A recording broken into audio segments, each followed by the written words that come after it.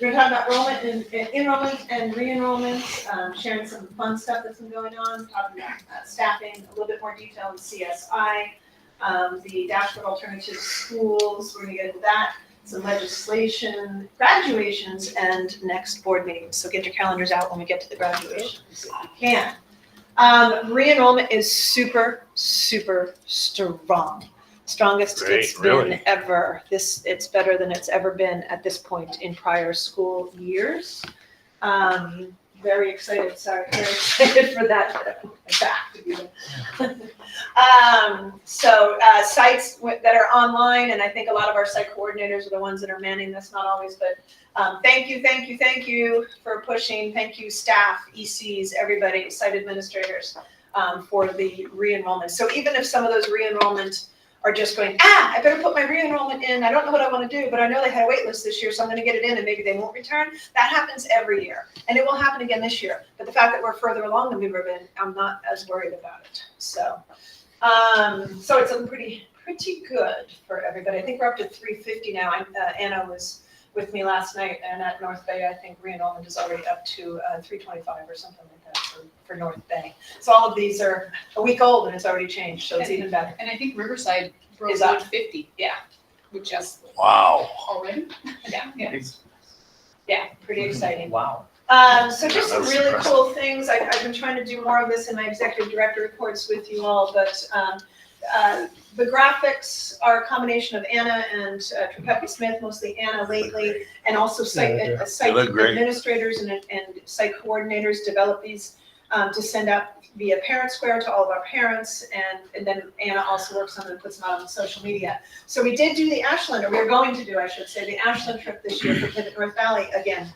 We're pretty excited to be doing that again, but we're not doing it overnight. Good idea.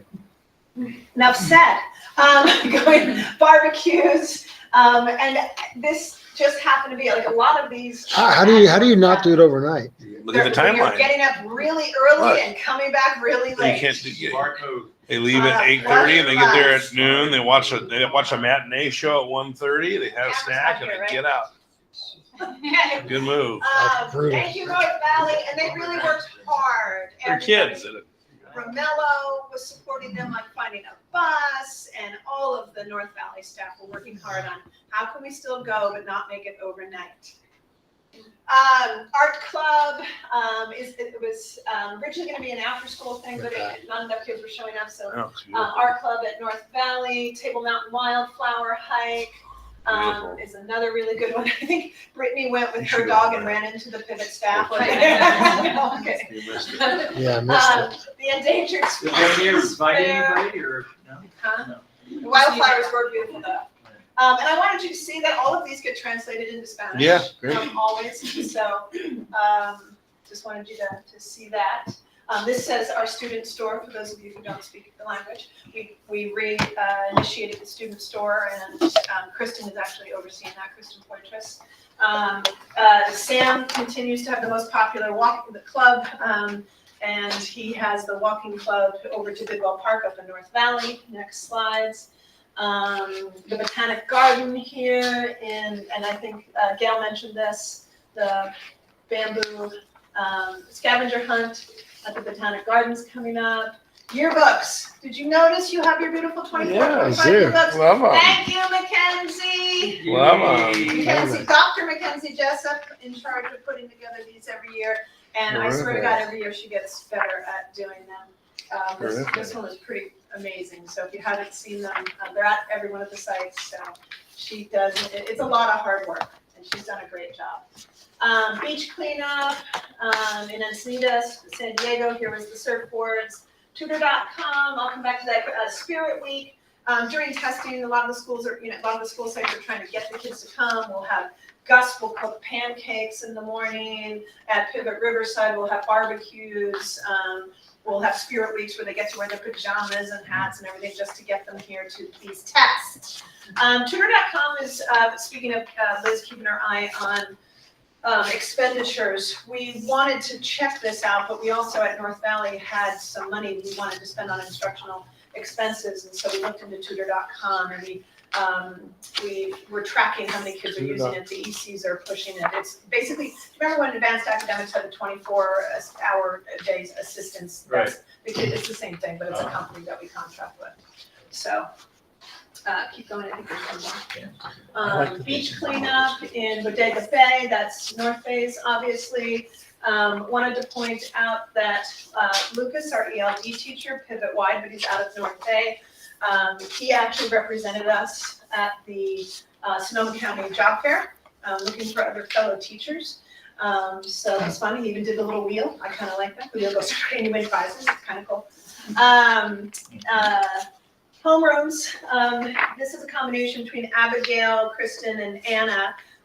We wanted to try to get our parents more engaged. So we started this whole series of professional development for parents. And this particular one was asking for help. And Anna does it, Abigail does it. We keep announcing it to the families. Not as many families join as we would like, but as anything brand new, it's a slow start, but we're gonna keep it going. Museum of Music, and then just reminding you that Rachel and I, and now all of the North Bay staff are working on remodeling the staff room at Pivot North Bay. I just want you to look at these pods and how pretty they are and how private they are, just in case an expense comes your way that might look like that, but. That's what you're gonna put back here eventually? Maybe. So, maybe. Maybe. Other fun happenings, again in Spanish. Cinco de Mayo, Pacific Coast Air Museum in Santa Rosa. I didn't even know about this. I didn't even know that Julia had been honored in Pivot at RCOE with the Barbara Hale Exceptional Scholar Award by the Riverside County Office of Education. Was one of our students? So, yes, it was one of our students. It happened while I was out of the country, but still. So yes, Julia Curtis, her name is. So Julia Curtis. Wow. And so as you can see, it's the county superintendent. We've got Julia, we've got Coach, we've got obviously Corey Loomis. Corey. Yeah, of course. That's great. I know, isn't that amazing? And Barbara Hale was one of the original charter people way back, when I started. And she has an amazing school. She has been on the RCOE board for a number of years, doing a lot of positive work in Riverside County with charter schools, but also serving as a formal Riverside County Office of Education board member. So I was really, really excited to have learned that while I was looking for pictures to share with you. And yours truly with James Gallagher. He's the local rep up in Butte County. He came to visit. Local rep, Assemblyman? Assemblyman. Okay, great. Gallagher. And his staff person came as well. Great. And then Pivot North Valley had, I think I sent some of you in one of my pictures, a bunch of kids just lined up around the tables. They decided to do like a craft. And so they're at the enrollment kind of, whatever, and they decided to do a craft and the kids just like lined up. So that's our new way. The little noisy wheelie thing isn't working as well as doing a craft. And they had tons of kids lined up with their parents. So that was really neat. Pivot North Valley's been doing endless outgoing. They're there today. I didn't get a chance to, I got pictures on my text earlier this morning of them freezing in Chico right now at an enrollment event. So nice job, you guys. Staffing for 25-26, just some changes we already know about. In Pivot North Valley, Joelle actually is going to be moving on. We've known Joelle for a number of years. We appreciate everything she's done and we're going to miss her, but we're going to still see her. She's still part of the family. And I did offer, and it has been accepted and it's official, Beth Rowan, who was our paraprofessional, our aide at the site this year. She has actually been offered the position and accepting it, and she will begin on May 19th to be trained by Bill Collegia, who will fly up and train her. Bill is our official trainer of site coordinators. So that is a very smooth transition. Beth and Joelle are good friends and everybody's happy, and that was the quickest hire I've ever made. It was a perfect fit. She actually also subbed for Joelle, so it's not like she didn't know the position and we didn't know how it went. So site administrator, Travis has taken an executive directorship up in Chico. So we'll still see him because we do get together with all the charter school directors. Oh, So he's moving back to Chico. You know, he went to school in Chico and he lived up there for a while. So he's moving back. So that leaves a void here in Pivot North Bay. And some huge shoes to fill after a series of Corrine and Jenny and Abigail and Travis. So I'm doing something different this time. In the past, I have sort of just made an offer. And this year, given the, just a lot of talent and experience here at North Bay, I put it out to have a co-directorship, meaning 2 full-time, because this site is growing. It's getting more complex. There's more things to take care of. We saw it this year. Liz, started asking last year, do we need to look at a co-assistant director here at North Bay? Travis felt comfortable doing it, but I think we're at that point because it's grown to that point. So we have 2 things posted. Co-directorship, where 2 current staff could apply individually. They're not applying as teams. And that deadline is May 1st.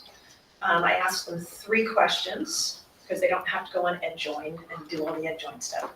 I asked them 3 questions. 1, what strengths and skills are you bringing to the table that will, meets the job description? What would your priorities be? Your initial first, top priorities in taking over as the co-site administrator, and what's going to be your greatest challenge? So, another way of saying, where do you need some support, right? So that is ongoing. We have not started the interviews, but I've met with several staff that were interested already. But I've also posted for a more traditional principal kind of a role on EdJoin for the public, with a different job description that is looking for someone who has already served in this capacity for 3 years. that's good. And that has an admin credential already. That's good. And so we're doing both at the same time.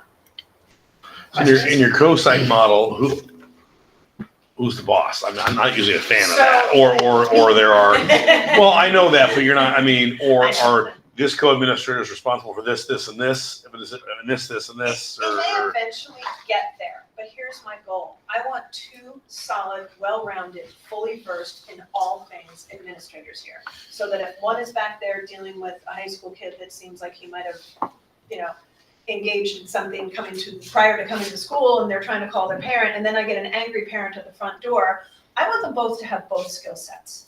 So if I say, oh, your discipline and your, culture, or whatever, right? That's not gonna work. This site needs 2 co-site admin learning all of everything before we start going, oh, but I'm better at this. And again, they're both gonna be here every single day. North Valley, we have 1 site administrator job that we happen to divide into 2, including the salary, because of the people who are willing to do it and the constraints on their time frame. And it is more following that model, but not necessarily, because one's on the site one day and one's on the site the other day, and they both have to know what to do, and they're doing a great job. I have never been a big fan of either, Jim, and I have said it for years. Everybody in the room has heard me say it. So let's see if it works. It is working at North Valley very, very well. I appreciate you always trying new things. It hasn't hurt us. So they clarify it. I'm looking at what it says. It's one or the other, not both. It says, I'm just looking at what it says. Site administrator, the SIT. Anyway, and then applicant, the co-administrator, and then. And then I've also done a different posting. It's not gonna So be are both. these are not individual jobs themselves, or are they? It says site administrator. Is that, I'm not quite sure I get. That is- understand. It's one or the other, co or one. It's either gonna be site director as a single person, or it's gonna be co-site And administrator. our co-site are our own people. The site Internal. director is coming from outside. But Yes. she's keeping her options open. I'm keeping my options open. All right, So I but just understood forgetting where they came from. The idea is to have 2 people. That's one option. The other option is we find somebody very, very, very experienced in running a school site. And it's Okay, so it only one. might be, let me get all this straight. There might be site administrator, or there may be co-administrators. Yes, Right? yes. Okay, so that's, it's. Different, It is a different different- qualifications, different I'm requirements. not, I got it. To some degree, it might imply there's an administrator and then there's two co-administrators. No. That's not what that says. No. Okay, got it. No, it's gonna be one or the other in the end. And what's a site director? That's just the title because it's a different job description, because it's a singular person, so we have to have a different title. Because if we called them a site administrator, it's HR. Okay, so the co-site people would be directors. The co-site people will be co-site administrators. What- The other job title, that would be a singular person with lots of experience and different requirements, would be a site director. Okay, so those are all right, those are the titles, okay. Yes, Underneath the all of titles that, have to be site- different. Oh, I see what you're saying. Yes. Yes, So under site administrator, there could be potentially a director, singular, or two co-site administrators. It is an or, correct? All right, that's, and they're different titles for the same, in essence, the same jobs. Sort of not, I'm not, you know, make up your mind. There's the singular person is a director. correct. If that, if you go the other way, It's co-site, they're co-site administrators. correct. Right. Correct, So it's one or the other. correct. Okay. Yes. Got it. Correct. And we lost our records clerk here, and so we are interviewing and have made an offer for that one as well. The records clerk, as you know, the site coordinator position, Bill, Joelle, and Adrian here at North Bay is divided into 3 different roles. And the records clerk person does a lot of the data entry on all of the applications and does a lot of reporting. And so Cynthia took another job about a month and a half ago, 2 months ago. So we are interviewing for that. Live in person. Carol Castro Ballard is our new director of special education, as I had mentioned earlier. We are also morphing our intervention, our intervention specialist position. We've looked at a bunch of data, and by we, that's Kristen and myself and Abigail, and we're really looking at that chronic absenteeism rate that it exists only at the K-5 level. That's the only thing that they actually, K-8, sorry. They only determine chronic absenteeism for K-8. We're like, okay, so, but we're mostly high school, and, you know, so how do we move the needle? And by looking at the reading scores of our younger students, we said, we're gonna put our intervention focused monies and staffing position towards a reading and literacy specialist. It's just replacing what we've had in the budget already as a part-time intervention specialist. So we have posted for that position. We're looking for someone specifically with a reading specialist credential, and we've never had that before. So, up to 5 new educational coordinators, depending on who leaves and what we do with CSI, and 3 new education specialists because of retirements and, I think I talked about it a little bit later, because of retirements and resignations this year. So, no, I don't talk about it, okay. All right, so, this gets a little bit into more detail about the comprehensive support and improvement CSI that Liz was talking about earlier. Liz did already mention the 68% puts us into a low graduation rate criteria. And it is a 4- and 5-year cohort model on how they determine the graduation rate for every school. To exit, we have to achieve a 3-year average of a graduation rate of 68% or higher. So North Bay has a graduation rate of 54.8 currently, but that's up 8 points over last year, almost 9 points over last year. So it was really 45% last year. They came up this year quite a bit. So what we're looking at, just go to the next slide. Yeah. And this, you've seen the dashboard before. Abigail has shared it with you. I've shared it with you before. They break it into also subcategories of, you know, very specific special populations that we need to focus on quite a bit as well. If you notice, our special ed students here at North Bay increased 22.6% over last year on our graduation rate. It increased for our socioeconomically disadvantaged 8.5 and 10% with our Hispanic population over last year. So, okay. So the funding, as Liz mentioned, the whole focus of this is to improve graduation rates. The allocation will probably be approximately $421,000. It has to be for new expenses to supplement, not to supplant something. So it's not like we could take that intervention specialist or that reading specialist that we've had in the past and say, oh, now we're gonna use this money for that and put it with them.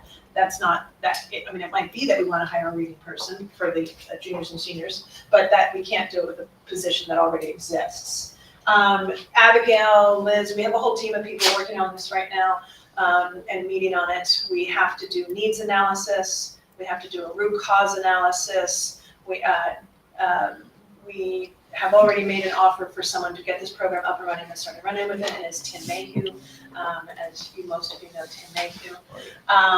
And he's interviewing students already to find out what's gonna work with that for them in their lives, whether it's Saturday classes, evening, once a week, 3 times a week, how many of them are working, how many of them are raising their own kids, how many of them are responsible for paying for everything in their family. So he's doing literally interviews with the students right now. And doing the needs assessment, and be working with the staff here who have seniors and getting input from them as well. Then as I mentioned, we really have to figure out what some of the root causes are. And we did some of this work already at our leadership retreat when we were down in San Diego back in February, March. Already with just the leadership team, the 14 of us, taking a look at root cause analysis of all of our low graduation rates when we met in groups. And I really want to go outside the box on this. We have to, right? I mean, why not? Why not try something? It's supposedly an annual amount of money? Yes. That's a lot. And it's only for North Bay. Yes, and as Liz mentioned, Pivot Riverside may be the one that graduates, that qualifies next, because it's just, you have to have a certain size to even, but they keep going up on that. Well, they went down this year, they went up the year before, so if they do the next one, just because their size is growing, that could qualify, so, yes. And Jana, did I hear that you're gonna focus on seniors? Juniors and seniors. So we're looking at all high school in the analysis, because, a lot of times students who struggle to graduate, it starts in 9th grade sometimes, or earlier, So we are looking at all high school, but I think most of the initial efforts will be kind of targeted towards 11th and 12th graders. And the extra support, all the intensified support, the individualized support will be mostly with juniors and seniors. So knowing absolutely nothing about any of this, but I wonder if it's not really the class per se, but when they enter Pivot.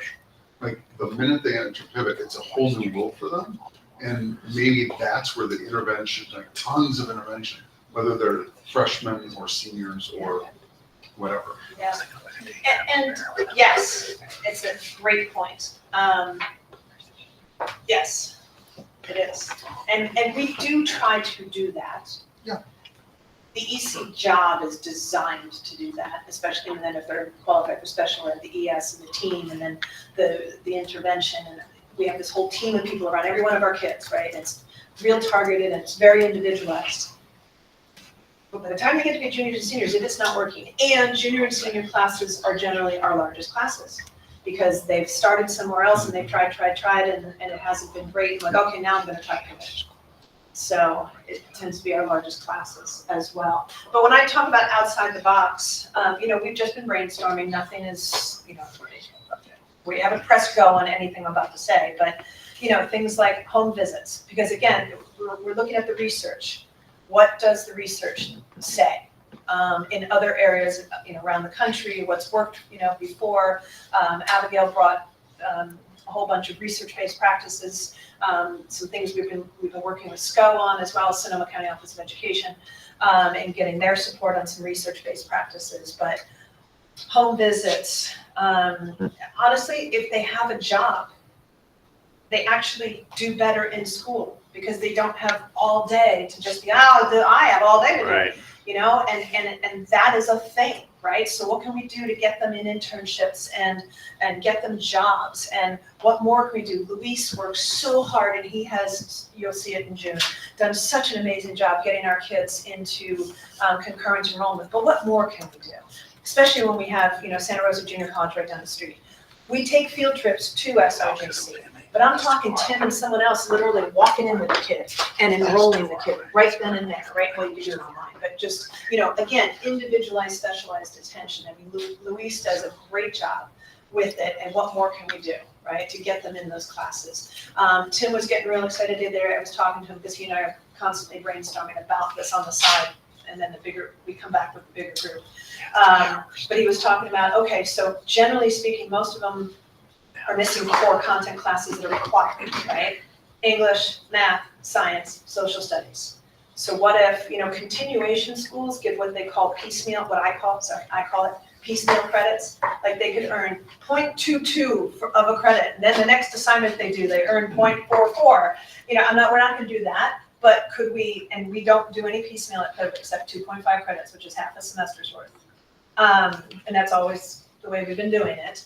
But for these kiddos, would it help that they have a module of history, right? Like you know, and they get together in a module of just students working together, whether it's at 6 o'clock at night on site with 2 teachers, or it's on a Saturday, and they just work on history. And by the time they walk out of this building, having worked on that history, they have 1 credit or 2 credits, right? And we have a series of these modules that's just intensified personal instruction. So Tim was, you know, running some ideas past me, but that's just to give you an idea of the kinds of outside the box things that we're talking about doing that we've never tried elsewhere. And we wouldn't have the staffing to be able to do without this money. I might add, you used to be able to, it's expectations, and that's how in high-income areas, parents have high expectations for children, therefore they go to college, it's almost automatic. It's like, maybe trying to do work with parents, well, parents won't have as significant impact when you get to high school that you have kids do, that's the way it is. But trying to get the parents themselves, if you got 3, well, let's say 3 people you got to somehow have meet with 3 or 4 parents. I mean, now you're down to a few, not that many kids in some cases, on a regular basis to say, no, we're going to talk to you about Jimmy's doing it, and he's doing really great. Jimmy, come on in here and we'll talk about it. I mean, try to get a little more personal with the family. Home visits. And home visit or regular routine of Yep. doing it. We're gonna, every Monday, every other Monday, or whatever, once a month. And then their expectations of the parents will have an impact as well on them. They, you know, did you do well? They might even ask the question, which they don't want to do now as much because they're working hard or they got all kinds of issues that we don't even know about or couldn't comprehend. But I would not discount that as a possibility too. It's a family event in a sense of whoever gets assigned to a group of kids knows the parents exceptionally well, and they know this guy, whoever it is, exceptionally well, and they know they're looking out for us, the family, looking out for the kid. And then you create this environment to which they kind of move along together, and it takes time. But it'd be fun to do a job like that. Yeah, It'd exactly. be cool. And then when you're reaching into the core of who they are, and their brothers and sisters are watching the same thing going on, and they change their expectations. Anyway, so I know you were doing that, but I would look at that again as a major element as a parents too, on a regular, not just once in a while, but as routine as you can pull it off. It's going to their house and being, you know, I'm coming on Mondays at 6 o'clock, or I'm gonna bring dinner. Yeah. I'll bring dinner to the family. How about we meet at somebody's house or at McDonald's or I don't know, something. Tim and I talked about that. He goes, I can do that? I'm like, with prior approval, yes, you can do that. You know, we're required to feed them, right? Okay, let's So- go for it. Thing, try it. Doesn't work, try something else. Yep, Yeah. exactly. Anyway, I've passed that. Yeah, no, it's absolutely. And it does need to be a familial thing because a lot of our kids don't, like you said, don't have that. It's just not, you know, what's happening. So we're very, very excited about it. I get really into Tim and I get on the phone and it's like nonstop ideas. So he will work on developing it. We are calling, and to your point, Dr. Halverson, these teachers, they're still gonna be educational coordinators, because it's still our program to some degree. I mean, even if they don't even use our curriculum, I'm like, I don't care. You don't have to use our curriculum. It has to have value, what you are gonna bring to the table, and accountability, but I don't care if you don't even use our curriculum, if it's gonna work for these kids, right? We need to look at what the research says. So,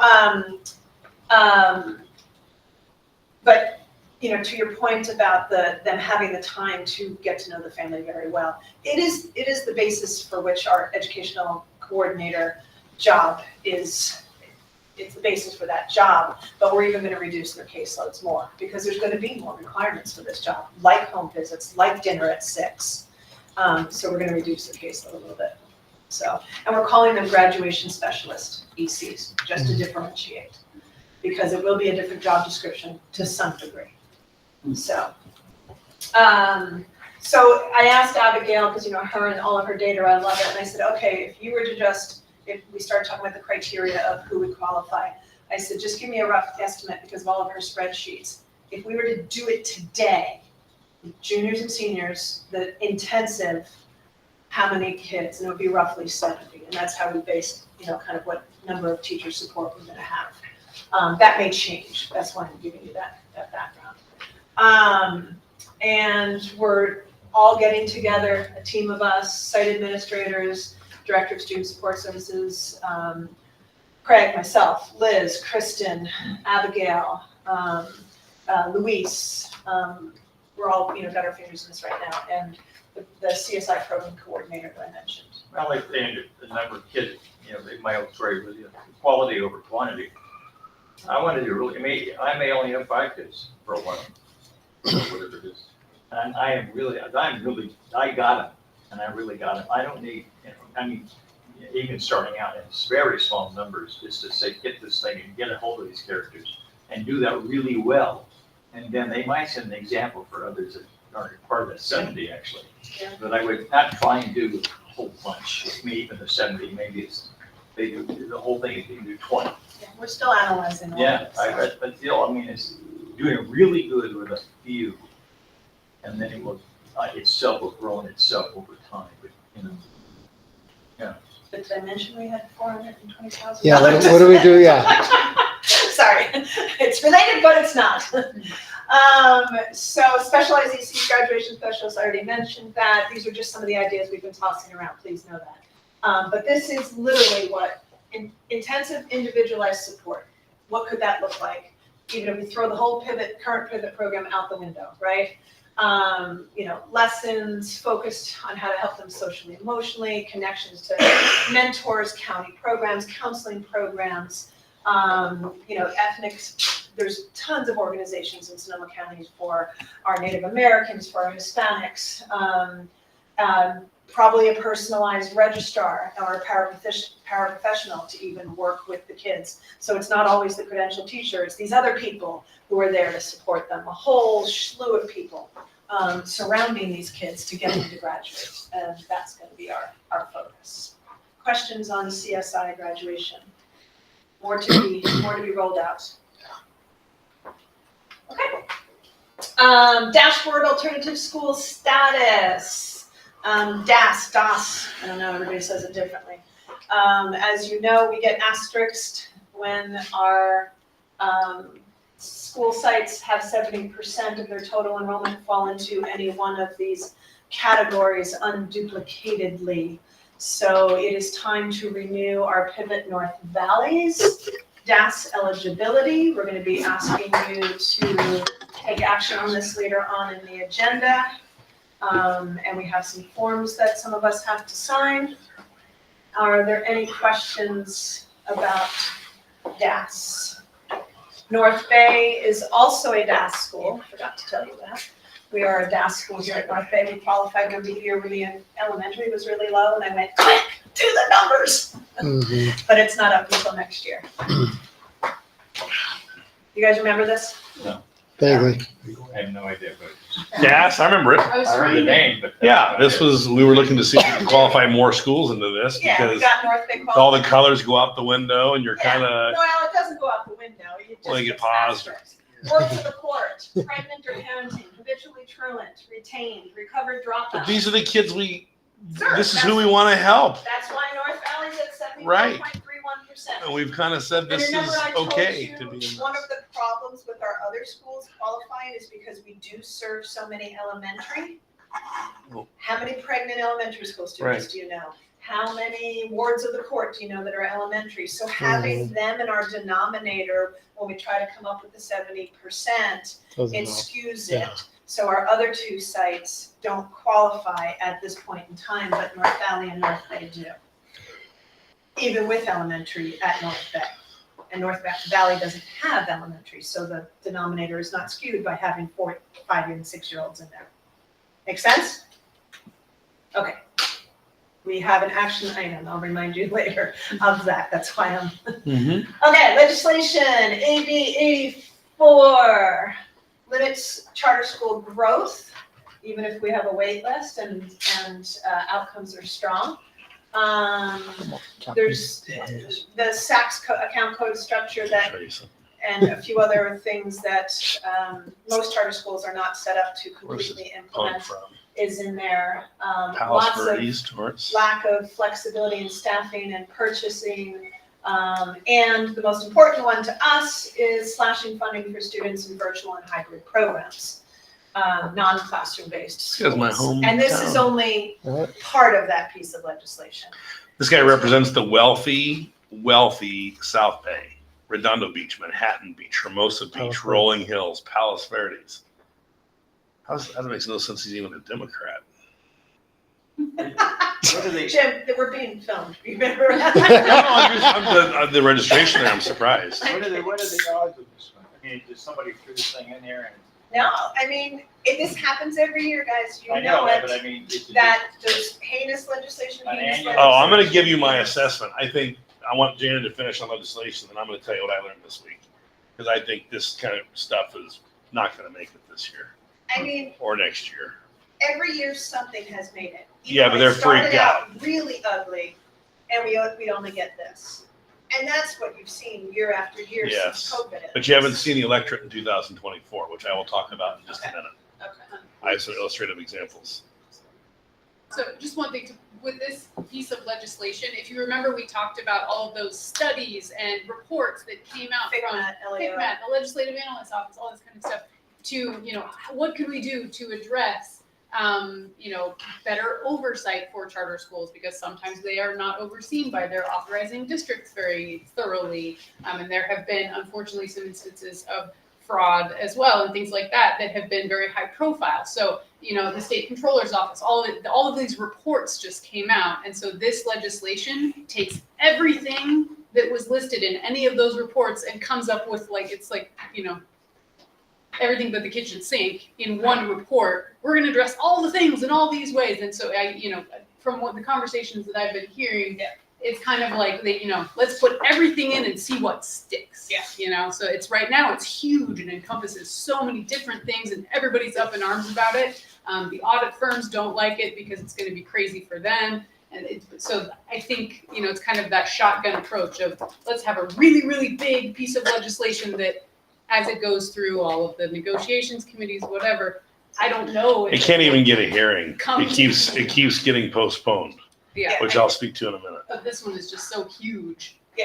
Well, and in the end, you've also seen for the last handful of years that as it gets whittled away smaller, and less heinous, it's like, okay, we'll make this less heinous, but what are you going to give us? And it's always been a moratorium on non-classroom-based charter schools for the last 4 years, 5 years. That's what gets, okay, we'll give you that. Anyway, keep going a little bit. The 414, this is actually very reasonable, and I do believe that the charter school associations are supporting both of these. It actually takes the LAO report, the FICMAT report, and everything and makes some reasonable suggestions and some changes to authorization and oversight. Doesn't say anything about killing and slashing and burning non-classroom-based charter schools either. So, and verified data 1493, I have been a pit bull to the bone on this one with when I talked to some of our our associations, because if you recall, in the renewal law, it says that you can look at the state testing results to renew a charter, or you can look at other verifiable data. And if that is no longer in there, it's gonna all be about the state test scores. Well, we're mostly a high school, and most of the high school students don't test, but we're a K-12. So, and we have very small numbers, and our K-8 population, the retention is a lot smaller from year to year, so it's not apples to apples, it's apples to kumquats and pomegranates, right? From year to year. Traditional resident schools don't have that kind of excessive turnover that a charter school of choice does. So that's the only reason why I don't personally, professionally agree with the state testing being the only thing that they look at to see whether we are actually educating kids. We have, with our authorizers, put into our MOUs, iReady. Now they're requiring another reading. They've limited, we're gonna have to do a reading readiness assessment. But if we have to be able to use that to prove that we're educating kids, right? Our credits, right? Remember when Chico Unified was like, show me your credits, show me your increase in credits. That's verifiable, verified data if our authorizer agrees to it. But if this gets, it sunsets this year, us being able to use that other data. That's why this one is really important, because we need to be able to use other data to show them that we're actually educating kids, to be renewed. Make sense? Yep. Before we go on, I want to hear what Jim has to say, and then but I want to throw one other piece that I actually gave to Chairman Lewis. Not that really it's going to affect California, but you never know, but it's very, very interesting. There is a court case at the Supreme Court, the US Supreme Court, out of Oklahoma, to, not the one you're thinking of. Okay. Oh. No, that one is not made to the Supreme Court. There is Or one court. because they're they are looking at whether or not it is legal for a charter school in the state of Oklahoma to be a religious sectarian school, and whether public funds can be used for sectarian schools. And specifically Catholicism is what's being is in this lawsuit, because the Catholic schools are their enrollment is dwindling, I think, and they're like, why can't we? This is public dollars. These are the parents' public dollars that pay for a Catholic private school. Why can't it be a charter school? And I keep tracking this and the articles. I just find it really interesting. And having 7 of our 9 justices either be Catholic or be raised Catholic, it'll be really interesting to see what they decide. It will have effects everywhere. I don't think it's going to affect California in the next couple of years, but it will have effects everywhere. So, it's interesting. Okay, I'm gonna show you guys a few things that Yeah, has Sacramento you're gonna quite plug startled in. these days. No, I'm just gonna stand in front. Maybe you can turn on the camera. So I'm gonna show you statewide voting results from November. It's more the illustration that's important. A typical California vote is a very liberal coast, where the population is, right? So Prop 3 is very typical.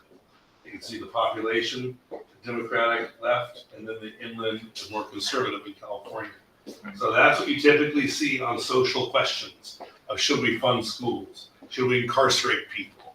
Should we tax? Should we, well, there were a couple ballot propositions on the agenda that freaked people out.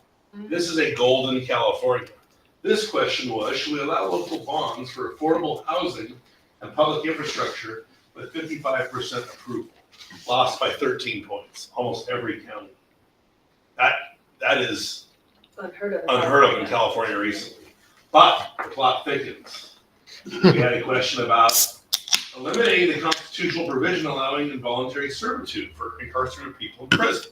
So this basically was to say you can't pay someone $1 an hour anymore in prison. You got to pay them a wage. Nope, said California, but for Los Angeles and San Francisco. That caught people's attention by 10 points.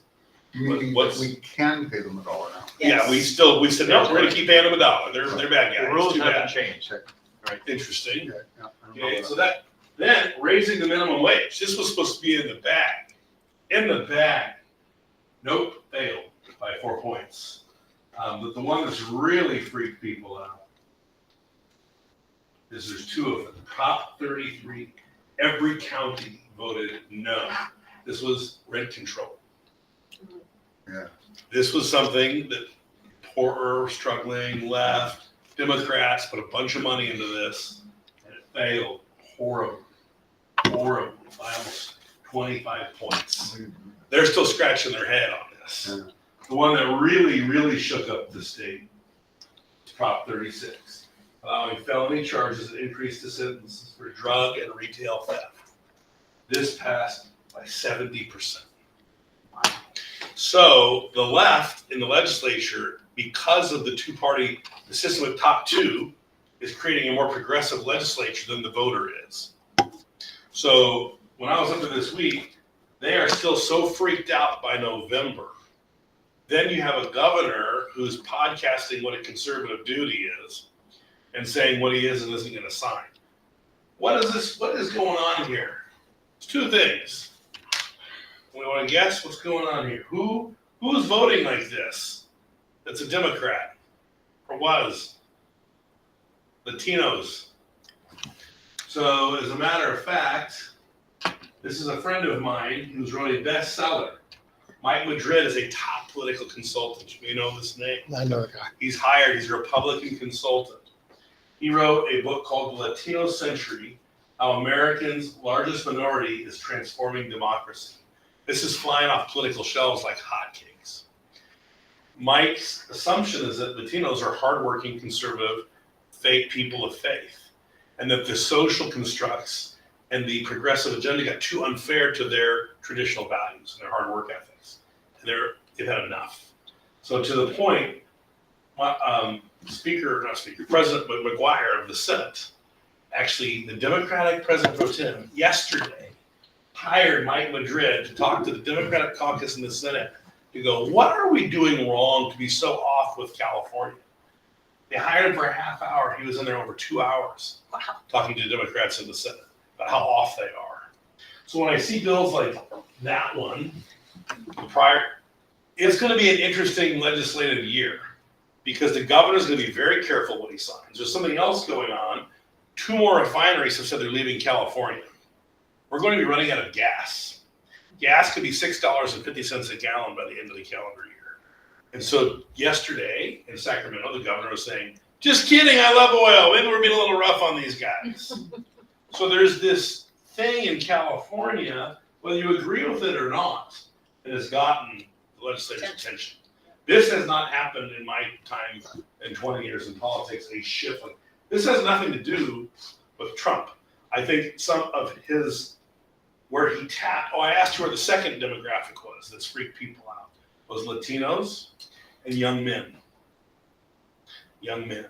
And that's why Gavin's starting to kind of be this, hey, the way he's dressing and going on podcasts, he's trying to be cool and get the bro vote, they call it. Even Andy Beshear, the governor of Kentucky, has a bro vote podcast now. You're starting to see that. For better or for worse, it is the demographic trend that was completely missed.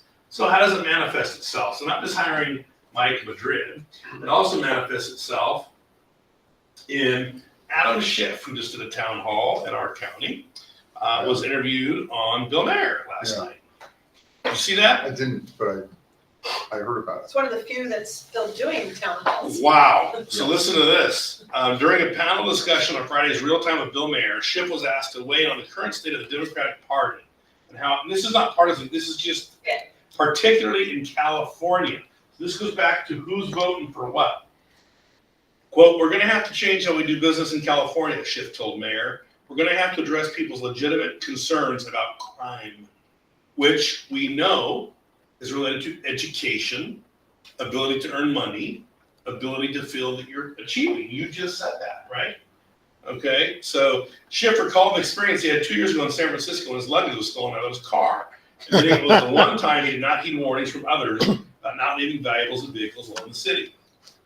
And what was most notable about the experience for me is I went to this Target in South San Francisco, 10 o'clock at night, and I'm getting toiletries I need for the next 2 days in the city because the stuff got stolen. Quote, first of all, I had to get the clerk, which is hard to find, to unlock the shampoo or the whatever. So that's one thing. People are getting tired of, buy shampoo at your Target. Quote, and then I get to the cashier. The cashier asked me if I want one of those Target bags with a little bullseye on it. And I said, quote, yes, that Target bag is going to be my luggage for the next 2 days. Shift continued. Quote, and she asked me what happened, and I told her. And she basically said, in not so many words, this is his words, yeah, Democrats are AHSs. And I thought, if the cashier in South San Francisco at 10 o'clock at night believes that Democrats are AHSs because the shampoo was locked up and my stuff got stolen out of a trunk, we've got a major problem we must address. Our Senator Adam Schiff. So I think these are things that are happening that have happened so quickly, right? Yeah. The votes were just certified in December. Yeah. It's only April.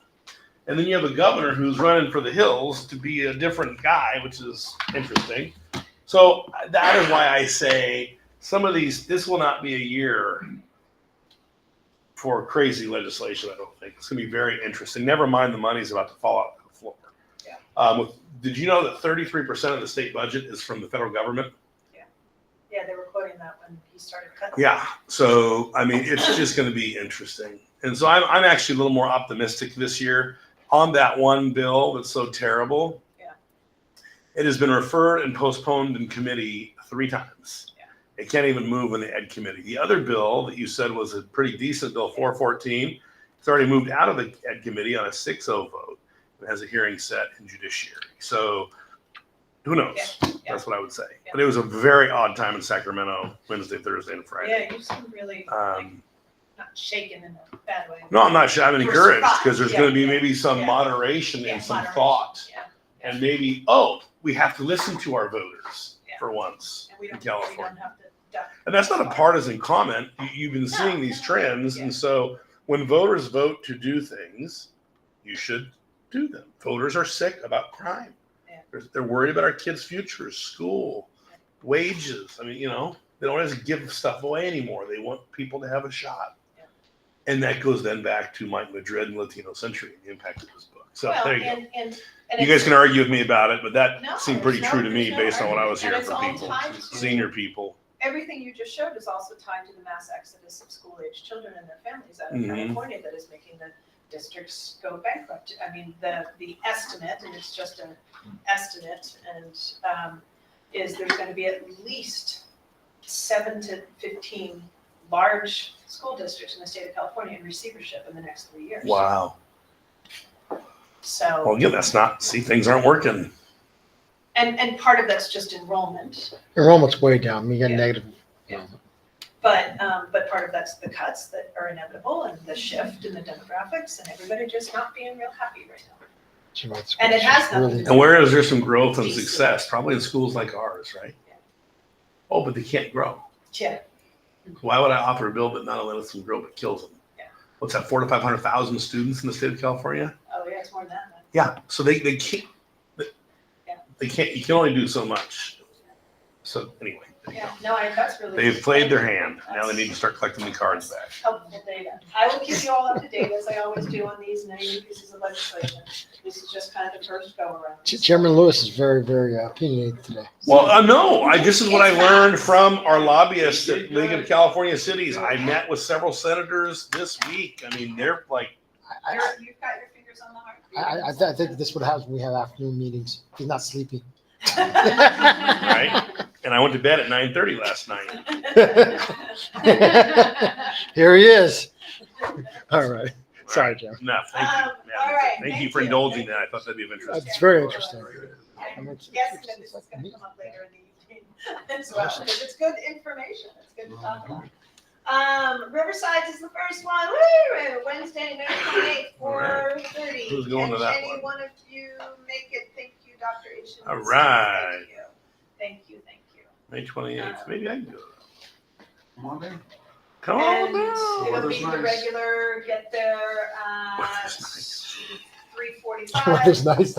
4 o'clock, get there by 4, it's all hat to you You're gonna guys. send us a reminder. Of course, May 29th, Led Zeppelin's in town. Patron Oh, Nicholas Zeppelin. Wait, go to my adorable school's graduation in a barn or go to Led Zeppelin? Both. Both. You can't do both. Look at the timing. I got my iPad out so I can Oh, check it. fantastic. Carol, you have to see Dr. Halverson's iPad.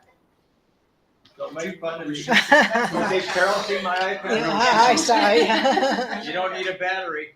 That's his iPad. It's online. No, it's not online. Don't San make fun of Diego. the sick. What? Can anybody make it to San Yeah. Diego? Probably. 29th, yeah, Thank you. I love that barn, Williams Barn. it's cool. Would either one of you like to give the commencement address? No. I just figured out how many times I'm gonna do it. North Valley Any in the other questions? Rose Garden. Then I can pull it off. I'm going for North Valley this year. Are you? I'm going. We're on the ranch? Well, and it's the day before you're already on the road to come here, Oh, yeah. which is the day before. Right, the so I'll just board keep meeting. rolling. Okay, you doing the commencement address or am I? North Valley. We can talk about later. Good, Ralph, and thank you. And then North Bay, you are all here for the North Right. Bay. When we moved our board meeting. That's just for that reason. That's right, So that June the is, 5th. or at least that's why we moved it. You said you all could do it. Maybe I can come to North Bay's. North Valley as well. Oh, yeah, because it's the day before, yes. Keep in mind, we go out with staff afterwards and you obviously are all welcome, but we won't do it an official board dinner because we'll go out with staff. Celebrate their wonderful year, so. That's a pretty face. Yes. She's not even gonna be here, but- She's medal and pole vault, Very dude. Awesome. Good Oh, for her. She okay. looks happy. Put in Wow. She got a bronze band. Thank God she looks like her mother. All right, This just in, Gracie, Grace Lewis, third place pole vault. Hey. Way to go. I still think. Crazy. So What much was her height? courage to do that. Jeez. 7. all right, any So- questions about graduations? There you It's go. awesome, we're gonna have people at all of them, that's awesome. So we And OJ has come only the last couple of years to North Valley. Ralph did one year as well. So it'll be nice since we're not gonna have OJ there. That's great. Thank you, gentlemen. So I'll at least catch those two and I'll see if I can do the others as well. But I'm glad, thank you guys. Great. We have you, then I made it to the other two. Okay, and our board meetings, the next one will be eight No, no. thirty AM here, the day after graduation. Go before. And also, remember June 12th, Doesn't think I'll work. But there's nothing on Saturday the 7th. nothing on Saturday the Should 7th, go but we'll be downstairs. out late the night of the 6th. So you won't be able to get a flight out, meaning that kind of late. You can get a flight out, or Mello will start working with you, you can get a flight out on Saturday, because To there's here? nothing on Saturday. We didn't get upgraded. Oh, you said out late Too on far. the 6th? No, just that they're not gonna be able to get a flight out. 3 hours. Oh, but I mean, the meeting will end at like. Yeah, but they're, like today, they couldn't No, get a flight out, they might be able to get a flight out, I don't know, that's a good point. Romello will take care of it, you know that. So please remember that we have the virtual meeting because we can't pass the budget unless we have the public hearing about the LCAPs at the meeting on the 6th, and you have said the 12th at 11 AM, we need you all there, That's Thursday. online. Yes, still good? I'm looking to, for, okay, Yeah. Wait, what? what? 12th. The 6th, I'm good. The Yes, 12th? yes. 12th is. Virtual Yeah, but you meeting. send those weird droid appointments. They don't work on my calendar, so I don't know. Yeah, I hate Google. I use I hate it. Exchange. I'm a Microsoft dude. So when is it? The 12th? What time? 12th at 11 AM. Oh, there it is. Okay, I got it. Somehow it worked out. That'll only, usually it's So only. you send them to both calendars then. Because on my personal email, I get it as a droid, and then on this one, I got it. So that's good. Yeah, just add all your email addresses Got and it. hope one of them sticks. That's a good call. Good Okay, plan. any question in the executive director's report? No, thank you. Thank you very much. The best part was the legislative update by the chairman. It I'm was. just kidding. I'm just It kidding. was. I'm just kidding. Very appropriate report. It was excellent. No, great. I love the fun stuff. Yeah, the fun stuff is, I'm gonna start doing that. So Carol's had enough. yeah, Carol's yeah, had enough. there we go. Where do you reside? Thanks for the Where are warm you going welcome. home? Nice to meet you all. Where are you going home to? Or what do you? 10 minutes from I here. live here close by. Oh, great. Yeah, yeah. That's right. You said that. Yeah. Good. Well, I'm glad to have you. All right, thank you so much. Nice to meet you. We'll see you soon. Yeah, we'll talk soon. Bye-bye. All right. All right. Let's see. So 4.1 is the appointment of the nominating committee. And this is, we're down 2. And so, and usually, we've been able, we want to, appoint our me up, which is great, because I really value this board, but we're down 2. So we haven't been down 1 for sure, 2 in a while. So I want to appeal to all of us to really kind of look through our Rolodexes, and I'm going to ask you to, and people that you've noted in our communities. I have a question, however. Most school boards have 5 members. Yes, A quorum is 3. that's right. If you move it up 1 back to 6, the quorum moves to 4, which technically becomes more of a problem when it comes to absence. That is true, and we Yeah. thought about that today. My only thing was we before had 5, and there's a lot of issues when you increase a board in a variety of ways. The executive director has to deal with, and I'm having done all this. But it's a joy. It's a joy. Yeah. No, Well, let me. Really good points. You're raising a good point. There's a lot of reasons not to do it, okay? 1, 5 is a traditional way. Some districts have 7 because they expanded, included other districts when they redid themselves, like where I live. They have 7, but it's only because they combined stuff and organization. Well, and our articles of incorporation say 5 to 7. Right, well, no, we have an option like he says. Yeah. My only thing would be, 1, technically speaking, a quorum issue, that has become an issue. We had, just with OJ, we had to have 4 people here, even though we, That's true. and that can become an issue. We have it right now, and potentially, especially by coming here to Santa Rosa. None of us live here, period. I mean, for us to come here now, that it has become, especially even working on the work, but, so anyway, part of it, so 5 is a working model. 2, the executive has to deal with more people. There is a cost. Also, when we come here, there is a cost involved with that kind of stuff. So what's the reason for expand? And I'm thinking, okay, the traditional one is 5. Okay. We were at that originally, and then we added 2 till we have people at Riverside and at Chico. Okay, now those people do not exist in any of those spots right now. So that rationale. is the Steve reason- moved. That was the reason we did it. Well, and we have better relationships with our authorizers. Well, that's too. true too. There's So not that. my only thing I would suggest is Fair point. just leave it alone. You've got 5 members. I didn't say someday we couldn't try and do it, but I think even having an even number, in most cases, it's odd to any kind of board. Easy is going to be even one odd numbers you have if you ever get down to a vote or something. So my suggestion is leave it at 5. It saves some money, not a big deal. Director gets a simpler life. And what do we gain by looking for other people, unless we intend to? Maybe others will be leaving, and we have somebody who can fill that spot again or whatever. Anyway, so my suggestion is leave it alone. Don't fool with it. And then some other time we know we need to get somebody at a certain place like we did before, then we have the ability to do that. We can take on 2 people or 1 more if that comes down to it, to get a vote. I mean, we had to have like at Riverside, that was important to have somebody know that he was at UCR. That was a big deal, especially for one of those members of the county. Yeah, it was a huge that deal. I knew. So, but anyway, so my suggestion is leave it at 5. Other members? I agree. I would say that if we find someone we want to have on the board, there's someone that we It drops in on us. someone that's Yeah. really good. We're like, hey, this person would add value. I think we have the ability to add That that, but away from that, I agree with Dr. Halverson. He makes some compelling arguments, which really. It's kind of uncomfortable. Really irritating. The more, I think the more the merrier. Not, hundreds, but you get it. You have more diversity of opinion and more experiences from different parts of the working and political world, perhaps. So do we have all the talents on the board that we need right now? I don't know. I don't know what we need, but. Why don't we do this? I actually wasn't thinking that way, but that's good. That's why you have a board and there's different thoughts. So I think those are very valid comments. My one thing is I don't want to be in a situation where we're down 2 and 1 or 2 of us decide they're going to retire, and now I'm down 4 and have to rebuild a culture. And Yeah. so I don't want to put you on the spot, but I love the people on this board right now. Obviously, you're my friends over the years, but I also think you all add a lot, as we're about to see in the conversation that you wanted us to have, which I really appreciate you put that on the agenda. So I think, if we're all stable, then I'm comfortable with your thought.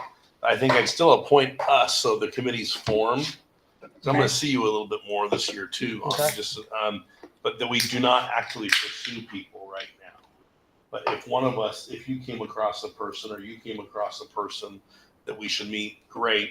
But that we'll say at 5, to your point, I think that's a good point. Jana, that will be easier for you for a little bit. This is your all's decision though. So, no, I think that makes, I think that makes sense. And you're, that way, if we did come across a person, we don't have to wait till we have a committee formed and we can move on it. And, okay. So why don't we do that? So I'll, since I'm gonna see you at a proximity this year, we have some, I'm gonna do financing throughout this year. Our city, we do a bid process, and then miraculously, he somehow came out as the top Amazing. person. It was competitive, man. I don't know. He did it. So, I'll have you be on the committee then, since I'm going to be seeing you more out of just a convenience. And Sure. I think we'll honor Tom. I think you made a very compelling argument that we'll leave it at 5 and go with that. Sound good?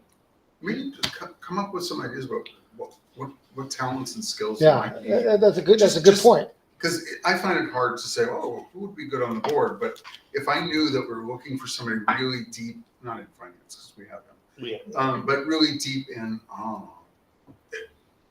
I don't. Jim and I talked legal, Facility. Right, you know, that's a good way. there might be or might not be, and I'll know in the next 3 Pretty weeks, a diverse need for bunch. someone who's Yeah, more Santa Rosa local. Because you know, we have to have every single one of our meetings here, and just We're a for, little heavy on the city managers on this board, but that's okay. You are. so, Fair enough. Yeah, but that. so that's what we've talked about. I actually have a matrix that I can just send out to you. It doesn't have to be a big Well, deal. why don't you do that? Do that. Just I so have we a have it, we matrix, start and you guys thinking go, about oh it. yeah, So the board we members have can- this, we have this. Let's Oh, do that that. would be a good idea, and it's just, Why you don't know, you send that out It's offline? Premax. You met Mr. Premax. Uh-huh. on a And we can couple have that in our occasions. back pocket. Yeah. Okay, great. Okay, next item, I think I'm going to turn this over to Board Member Siegel. I believe this is a conversation from our strategic planning and follow-up on when we talked about raising dollars and kind of what those dollars would be for or not, or how that looked. I think that you had talked to Jana about, I thought she briefed me, which I appreciate. I'm going to turn it over to you. I thought you raised some very good questions and some clarifications that I don't know that we discussed. Hopefully. Yeah, so I think Go ahead. the conversation came out of a confusion that I had about where we're going. And the idea was, well, let's find out how to find a fundraiser and then we'll figure out where we're going. And I think that's cart before the horse, that we need to take our deliberations from strategic planning and come up with the 1 or 2 or 3 ideas that we want to pursue. We may not actually do them all, but let's walk down that road and see, well, this one is going to be really good, or that one is maybe in a couple of years, whatever.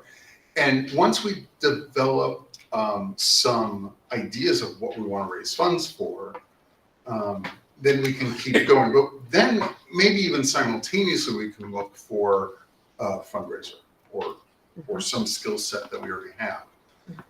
But if we only look for the fundraiser and not have any ideas, the person's going to come here, say, "Oh, this is lovely, but I can't raise money for unrestricted funds," that sort of thing. We don't have that constituent base yet, so maybe that's what we do. We develop that constituent base from who we have. But I think we're going to be less about individuals here and more about foundations, corporations, and governments. Yes, absolutely. So they're not going to do unrestricted funds mostly. Like Yeah. a rare foundation will do that. They'll do projects and really cool projects, some of which we've talked about. Some of those really cool things that were on that screen earlier can be funded by outside sources, which would allow us to do other things with the other funds that we have. Money's fungible. Yeah. So to a certain degree.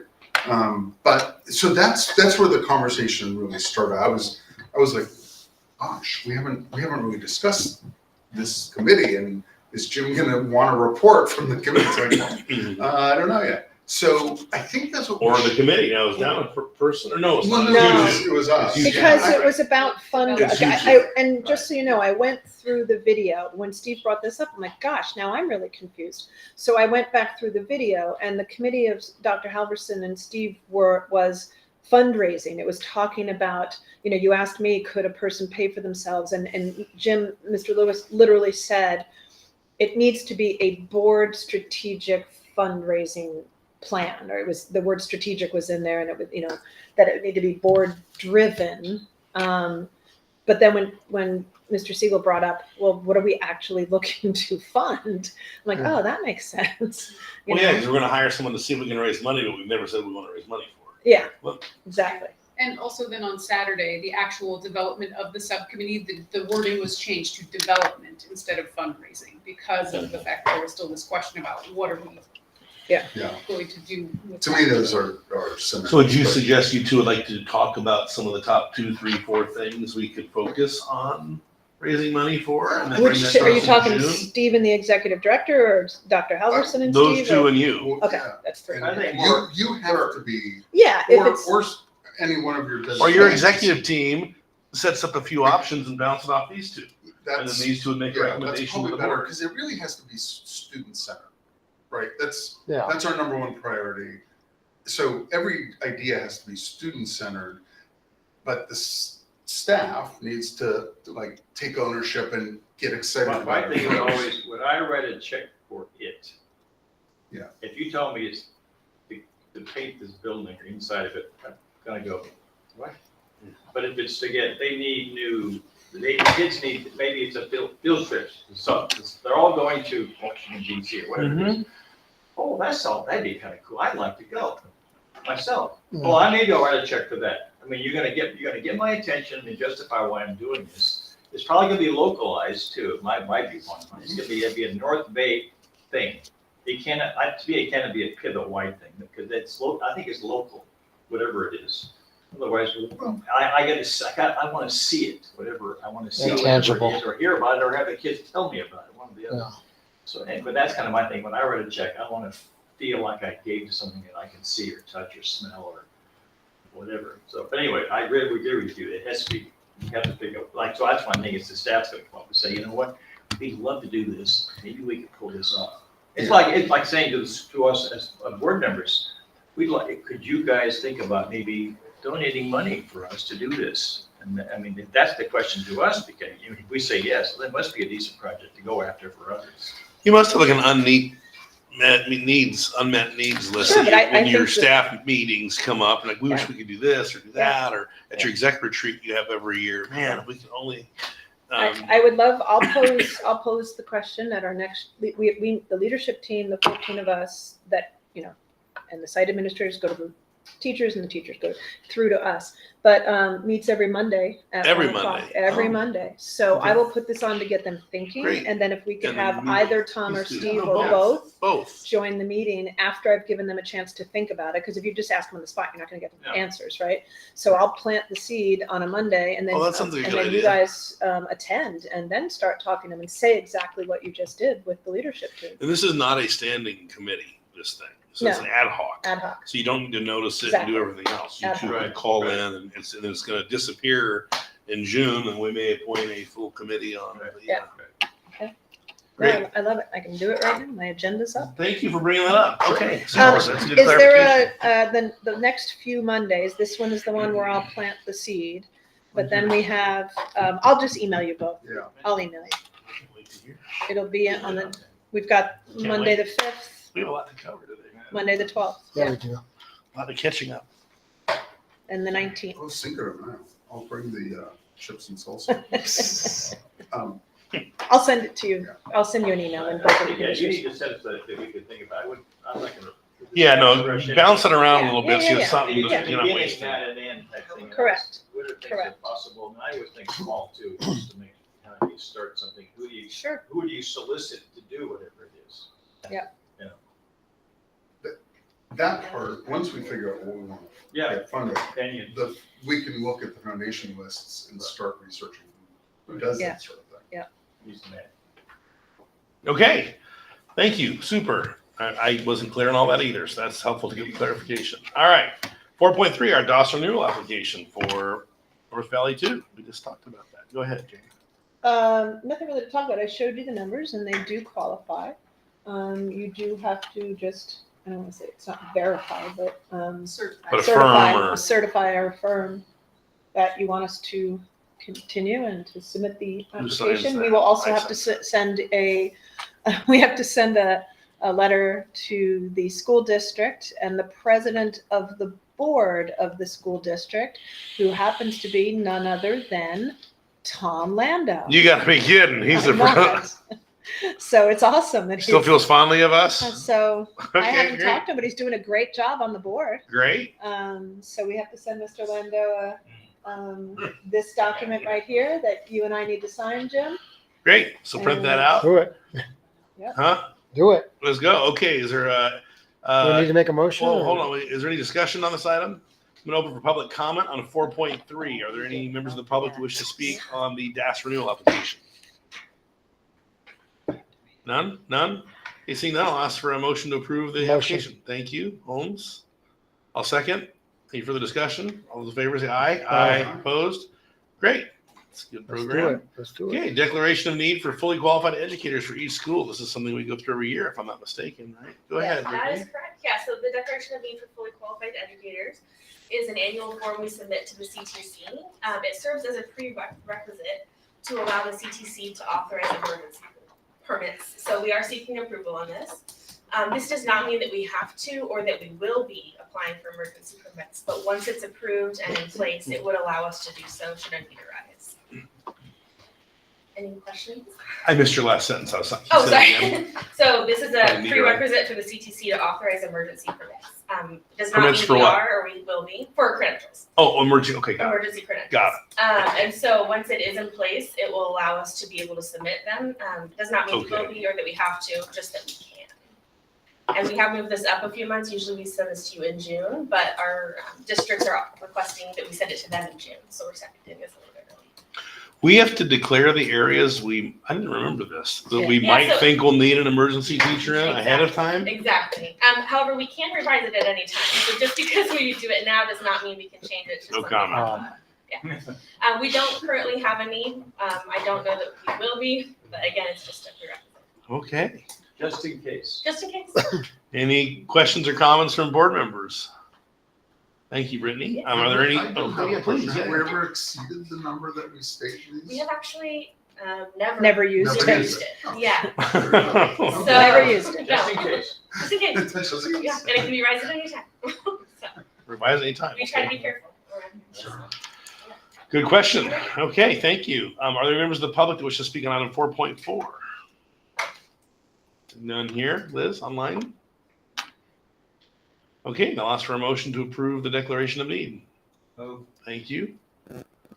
Second, Second, Holmes, thank you. Any further discussion? All those in favor say aye. Aye. Opposed? Okay, great. Compensation policy update. Liz, go ahead. I do have a question on this, but go ahead and give your presentation. Okay, this essentially is a formal action item that we are bringing back after you all had provided guidance to us. So we have some proposed revisions to the compensation policies for longevity and expertise. So this version has the red lines showing what those changes are. Some of it is just being more clear, specifying when the bonus will be paid for the 5-year bonus on June 30th of that year. And then also for the additional credential review process for what qualifies. And the biggest change that is being proposed is previously for graduate degrees like masters and doctorates, things like that. There had been only one degree that was eligible. And the proposed revision is to allow an additional stipend for additional graduate degrees. So if someone has a master's and a doctorate, for example, that they could get 2 of the stipend, 1 for each of those degrees, up to a maximum of 3. And then that is also in line with what we currently do for the credentials. We allow the credential stipend to be sort of repeated for up to a maximum of 3 additional credentials. So it just kind of brings those 2 stipends into alignment with each other to allow for people who continue to do a lot of additional, growth in skills and areas that they can help serve our students and our administration. So I'm confused on that language. So as I'm reading this, it says an employee who's employed will receive $50 stipend monthly, but with written documentation of an awarded graduate degree, then up to $150 a month. Okay, so if I have 3 graduate degrees, I got $150 a month. May add up to $500 annually per degree or $1,500. I got confused. If it's 50 a month up to 150 a month, then it can be 500 or 1,500. It's just annual So- versus monthly. Yeah, so our teachers are paid on a 10-month pay cycle. Okay. That's And fancy, so yeah. because these are primarily for teaching positions or things that are of the most impact during the school year, so we pay them out over the 10 months of the school year.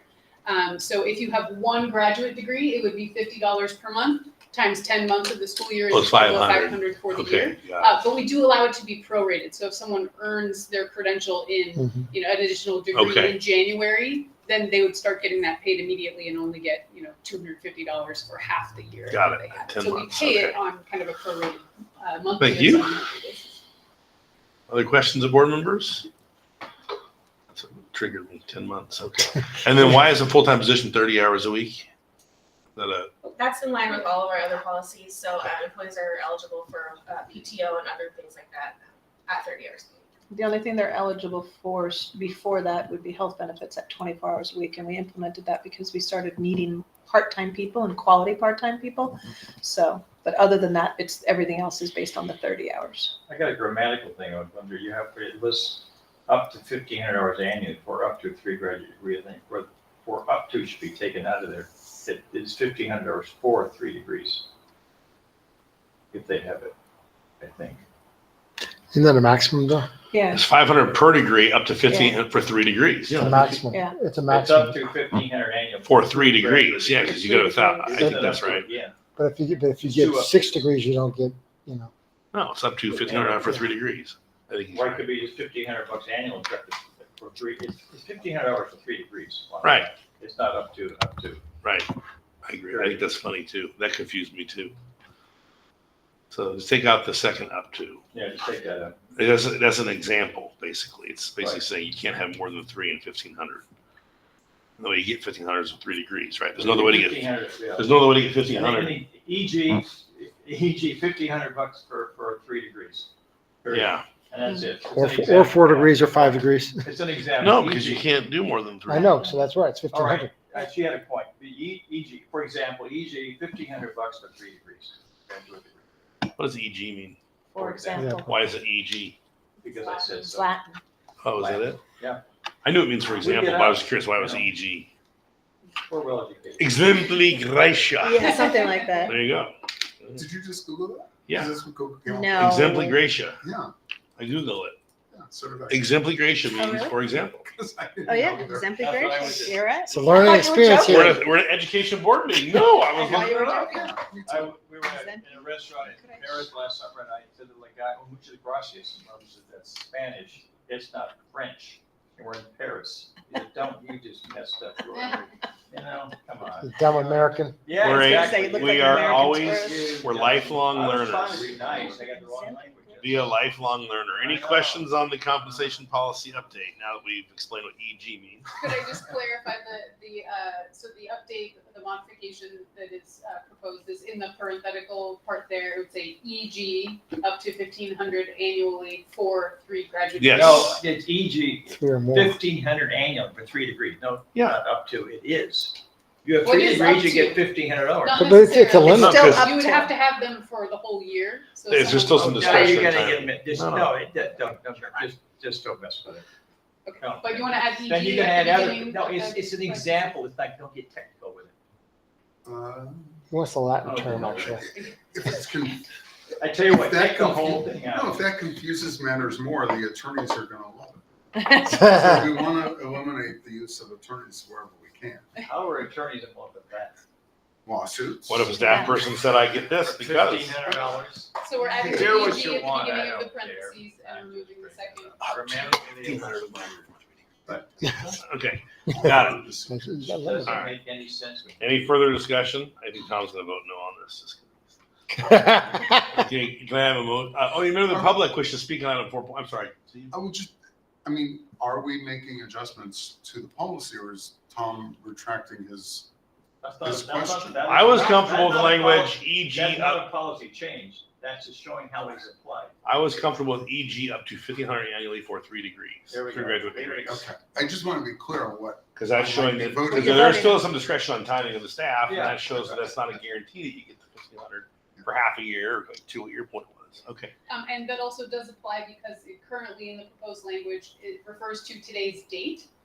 So if you all do approve this today, it would be effective immediately. So if any of our current staff have additional degrees that they submit things for, it would be effective immediately. So I just wanted to confirm Great. that is also currently proposed. Yes, ma'am. Very good. Not a ton of money, but everything helps. Yes, it does. Okay, any member of the public wish to speak on item 4.5? None? Okay, I'll ask for a motion to approve the updated compensation policy. That's Move. all. Move Siegel, second Halverson. I was waiting. Any further discussion? All those in favor say aye. Aye. Okay. I gotta get this gavel heavier.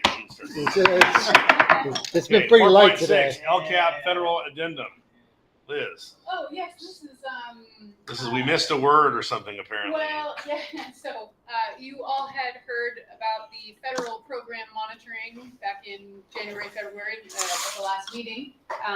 That Jana and I and several other people, including Rachel over there, did a lot of work for gathering documents together. Thank you, Rachel. I know you did a lot.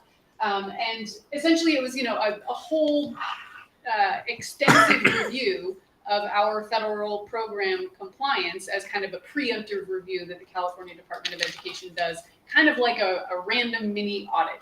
And it's very supportive and productive, and not as like a gotcha, but it's an ongoing thing that from what I hear in my CBO circles, schools get to do it about once every 3 years. So we will probably be doing this frequently in the future. We're transferring this money from this part to that part. What does that Yes. really mean in English? So one of the things that the CDE review team came back to us and said, oh, this is actually an area where you currently have some documents that don't 100% meet the compliance. You need to adopt these revisions. So federal funding for Title IV, Part A, has some flexibility to it. And what we have been doing is allowed under a certain section of ESSA, where you can basically say, I'm going to take all of my Title IV money and use it to my Title I program. I'm just going to add it to Title I so that the Title I budget gets a little bit bigger, and I'm going to use it for the same activities that we use for Title I, which is supporting students that are generally like low income or otherwise socioeconomically disadvantaged. So that's what we have been doing. It is allowed.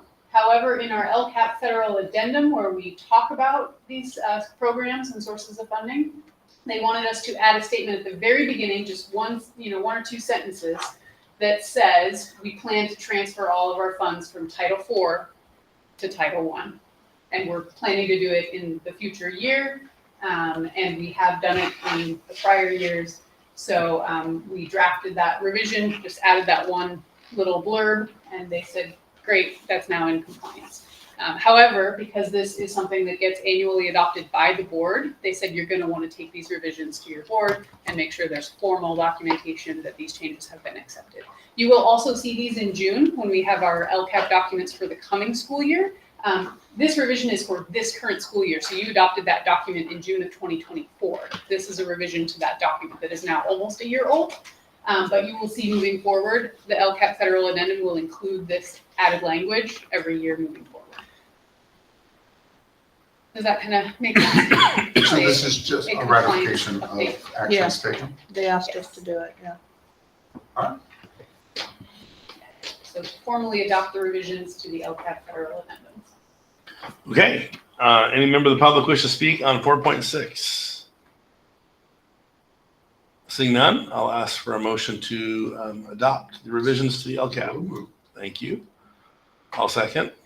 Any further discussion? All those in favor say aye. Aye. Opposed?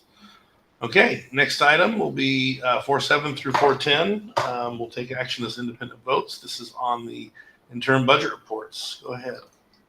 All right, so as usual in the spring, it's time to ratify the second interim budget reports. These were submitted mid-March, so they're a little bit outdated at this point. We've made additional updates to the forecast since then, so these numbers here are not 100% current just because of the timing of this meeting being as late as it is this year.